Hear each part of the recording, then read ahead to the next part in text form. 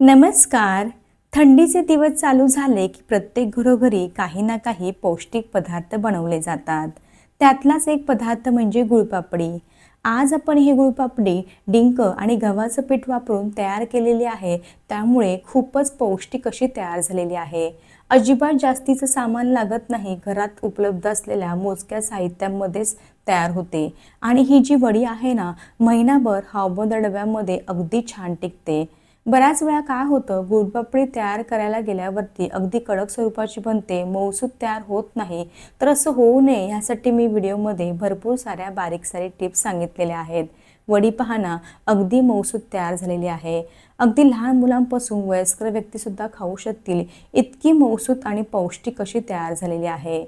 जरासुद्धा गूळ न वितळवता, गुळाचा अजिबात पाक तयार न करता ही वडी तयार केलेली असल्यामुळे कोणालाही जमेल इतकी सोपी आहे. फक्त व्हिडिओमध्ये सांगितलेलं सर्व प्रमाण सारखं जर घेतलं ना, तर तुमची वडी अजिबात चुकणार नाही. अगदी माझ्यासारखीच परफेक्ट अशी तयार होईल.